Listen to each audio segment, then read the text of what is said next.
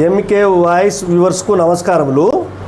భారత ఎన్నికల సంఘం ఈసీఐ ప్రత్యేక ఓటరు జాబితా సవరణ కార్యక్రమాన్ని స్పెషల్ ఇంటెన్సివ్ రివిజన్ సర్ 2026 కార్యక్రమాన్ని చేపట్టింది. దీని ప్రకారము ఓటరు జాబితా పారదర్శకంగా ఖచ్చితంగా ఉండడానికి ఈ కార్యక్రమం రూపొందించబడ్డది. ఇది చాలా బృహత్తర కార్యక్రమం. 2 దశాబ్దాల తర్వాత ఎన్నికల సంఘము ఈ నిర్ణయం తీసుకోవడం జరిగింది. దీని ప్రకారంగా చనిపోయిన ఓటర్ను తొలగించుట, ఒక వ్యక్తికి 2 దిక్కులు ఉన్నట్లయితే ఒక దగ్గర ఉన్న ఓటును తొలగించుట, నకిలీ ఓటర్ను తొలగించుట, తర్వాత అనర్హులైన ఓటర్ను తొలగించుట, ఎవరైతే అర్హత ఉందో వారికి ఓటు హక్కును కల్పించుట దీని యొక్క లక్ష్యం. ఇది మన అన్ని రాష్ట్రాల్లో కూడా జరుగుతుంది, అందులో తెలంగాణ కూడా జరుగుతుంది. అయితే ఈ స్పెషల్ ఇంటెన్సివ్ రివిజన్ 2026 గురించి కొందరు చాలా అనుమానాలు వ్యక్తపరుస్తుండ్రు. అయితే కొందరు ఈ సమావేశాలు ఏర్పాటు చేయటం వల్ల కొందరు మేధావులు అనుకునే వాళ్ళు కొన్ని అనుమానాలు రేకెత్తిస్తున్నారు. ఇది కావాలని కేంద్ర ప్రభుత్వము కల్పించుకొని చేస్తుంది అని ఒక అపవాదును సృష్టించింది. దీని ప్రకారంగా ఆంధ్ర మేధావైన పరకాల ప్రభాకరు అనే సమావేశం లోపల చాలా విపరీతమైన అనాలోచితమైన మాటలు మాట్లాడడం జరిగింది.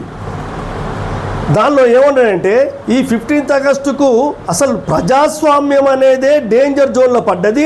ఈ 15th ఆగస్టుకు ఎర్రకోట పైన త్రివర్ణ పతాకం ఎగరేస్తాం కాబట్టి నెక్స్ట్ 15th ఆగస్టు వరకు ఏ జెండా ఎగిరేస్తామో మనకు తెలియదని ఒక అనాలోచితమైన సిల్లి మాటలు మాట్లాడడం జరుగుతుంది.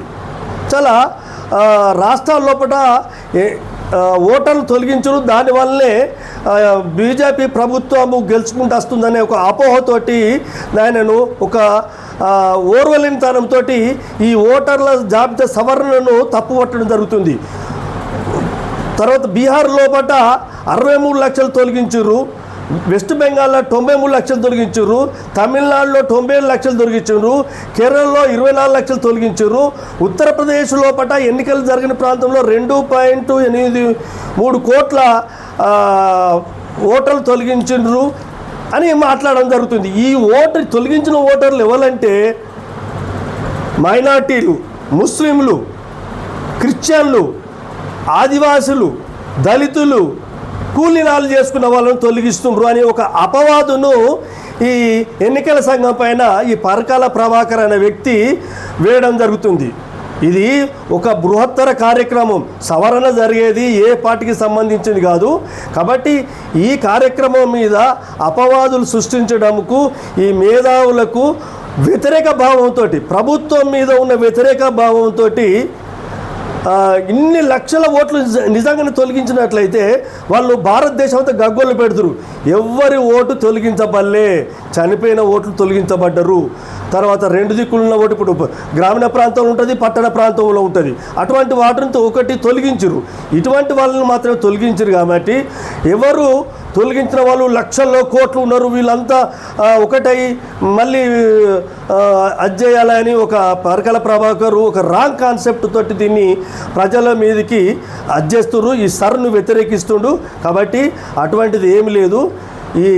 ఈ కార్యక్రమం లోపల అందరూ ప్రజలు పాల్గొని మీ ఇంటికి వచ్చిన బిఎల్ఓను కానీ బిఎల్ఏలతో కానీ కలిసి మీ ఓటు హక్కు నమోదు చేసుకొని ఈ కార్యక్రమం దిగ్విజయం చేయాలని కోరుతున్నాం. జై హింద్, జై భారత్.